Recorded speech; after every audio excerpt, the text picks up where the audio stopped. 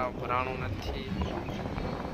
આજે વચમાં મેલ આવેલો છે તે છે થોડાક દૂર છે, દેખાતું નહીં.